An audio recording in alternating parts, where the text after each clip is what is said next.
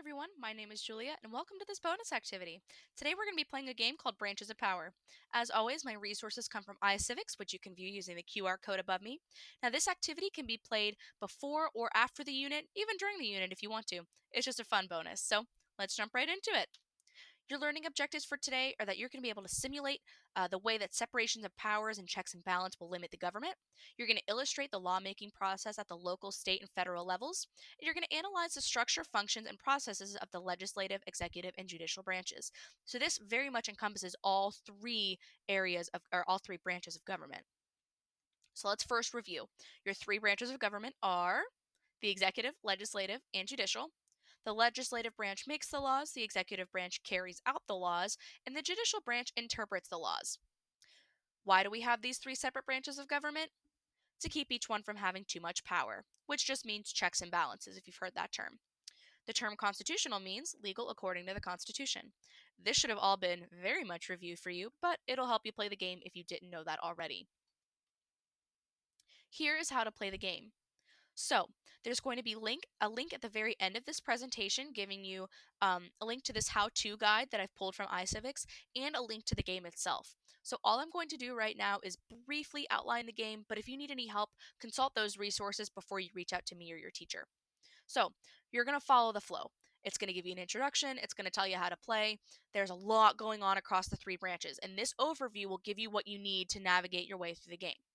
So first, you're going to pick your leaders. You can just see it's just pictures of people. You get to pick who is going to lead your executive branch, who's going to be your president, who's going to be your Speaker of the House, and who's going to be your Chief Justice in the judicial branch. Now you're going to customize your presidency. So you're going to select the issues that you want to have as your main agenda within office. So remember, the president is the agenda setter. So that's what you're going to be picking here. You're going to be picking your values, what you care about, the things you don't care about.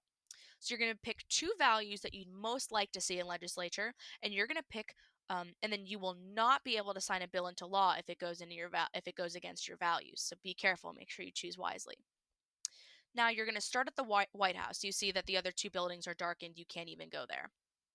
So you're going to visit the White House, and you're going to take the opportunity to introduce ideas for new legislation and hold a press conference to get some media attention.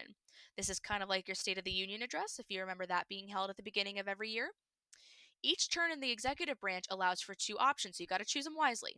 When you're ready for more ideas for legislation, or when a bill is ready to be signed or vetoed, just come back here on your next turn.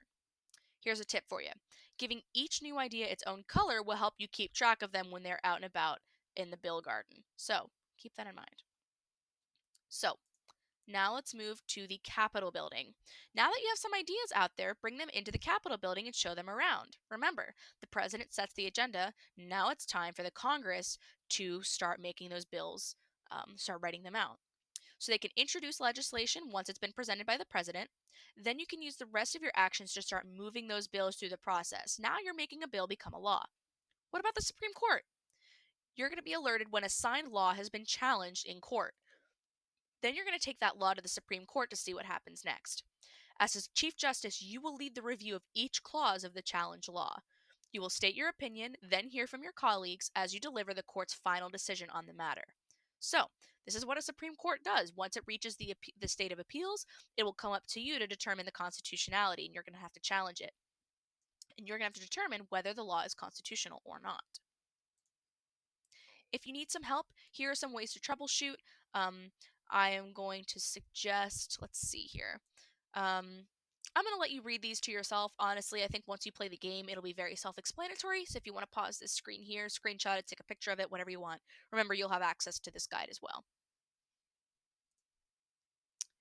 Now, here again is an outline of what you are expected to do. I'm going to put my picture here, so if you're an English-speaking student, you can take a picture of the left. If you would like the Spanish side, you can go ahead and take a picture there. Again, this will all be available to you. This just outlines more of what I've already described. And now you're going to play the game. So if you want that how-to guide, you can scan the QR code right here, or you can use this link. Oopsie. Or you can use this link. If you're ready to play the game, you can use this QR code here or use this link. But, folks, that is all I have for you. If you have any more questions for me, follow me on Twitter at Giulia Pucci EDU. You can also scan the QR code on the left, find my website. You can find all my contact information there as well. That is at juliapucci.weebly.com. That's all I have for you. Thanks, and I'll see you next time. Bye.